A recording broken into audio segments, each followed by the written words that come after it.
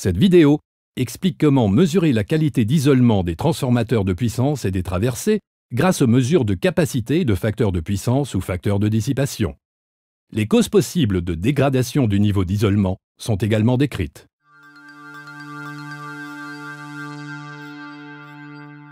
On peut mesurer directement la qualité d'isolement d'un transformateur de puissance. Cette mesure des pertes thermiques est couramment appelée facteur de dissipation ou facteur de puissance. Plus le facteur de dissipation ou facteur de puissance est faible, moins il y a de pertes dans l'isolant, donc moins d'énergie est dissipée sous forme de chaleur. Plusieurs facteurs peuvent conduire à l'augmentation du niveau de dissipation: vieillissement de l'isolant, pénétration d'eau dans l'isolant ou décharge partielle. La mesure du facteur de puissance ou facteur de dissipation est un important outil de diagnostic pour l'évaluation de la qualité d'isolement.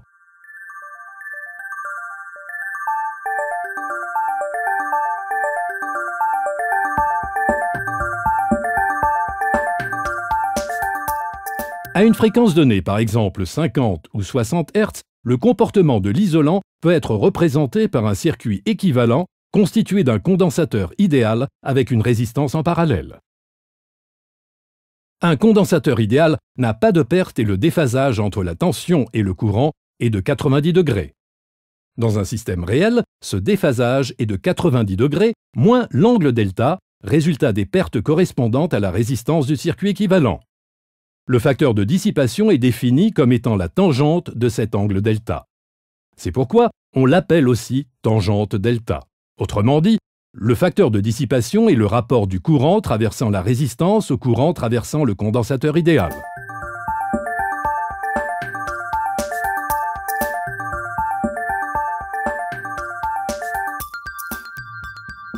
Le facteur de puissance cosinus phi est défini comme le rapport du courant traversant la résistance au courant total. La meilleure représentation des pertes par conduction dues au courant de fuite continu est un circuit parallèle équivalent. Les pertes de polarisation, qui peuvent être dues aux tensions alternatives, peuvent être représentées par un circuit équivalent constitué d'un condensateur idéal et d'une résistance en série. En principe, le facteur de puissance ou facteur de dissipation à la fréquence du réseau électrique peut être représenté par un circuit parallèle ou série équivalent. Pour mieux comprendre les deux types de pertes, il est utile de mesurer le facteur de dissipation ou facteur de puissance sur une grande plage de fréquences.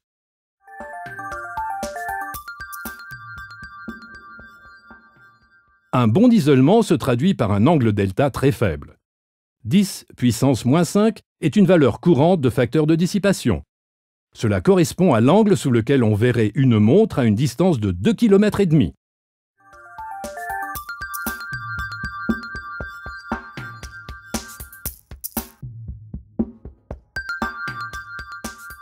La relation mathématique entre le facteur de puissance et le facteur de dissipation s'exprime ainsi.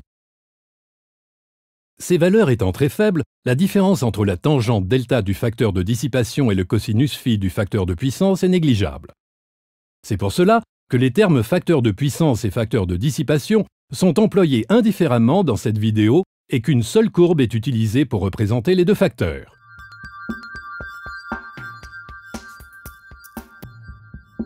Lorsque l'on étudie le facteur de puissance ou facteur de dissipation sur une grande plage de fréquences, les circuits parallèles et séries équivalents présentent des comportements très différents. On constate une augmentation linéaire en fonction de la fréquence pour le circuit série, tandis que l'évolution est hyperboliquement décroissante pour le circuit parallèle.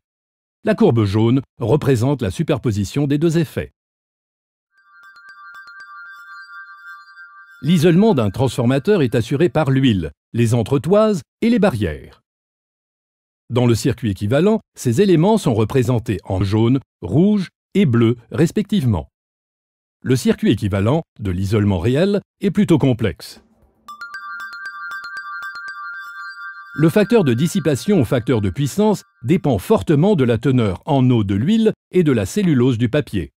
Cette courbe montre le résultat obtenu avec de la cellulose relativement sèche à la teneur en eau de 0,2%. Pour cette courbe, la teneur en eau est de 4%. L'appareil Omicron TD1 permet de fournir des tensions et courants dans la plage de fréquence allant de 15 à 400 Hz.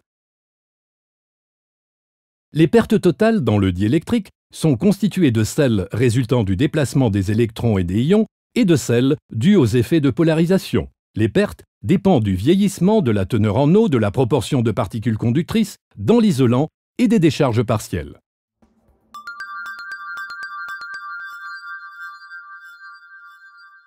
Les pertes les plus importantes sont connues sous le nom de polarisation interfaciale.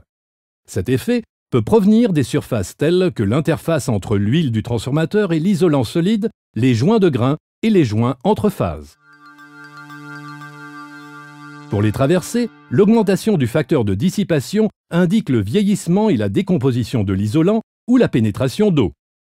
Dans certains cas, la mauvaise connexion d'électrodes ou la conduction de couches d'isolant peut être détectée. Sur les traversées basse tension en particulier, des fissures dans l'isolant et des décharges partielles peuvent aussi être identifiées.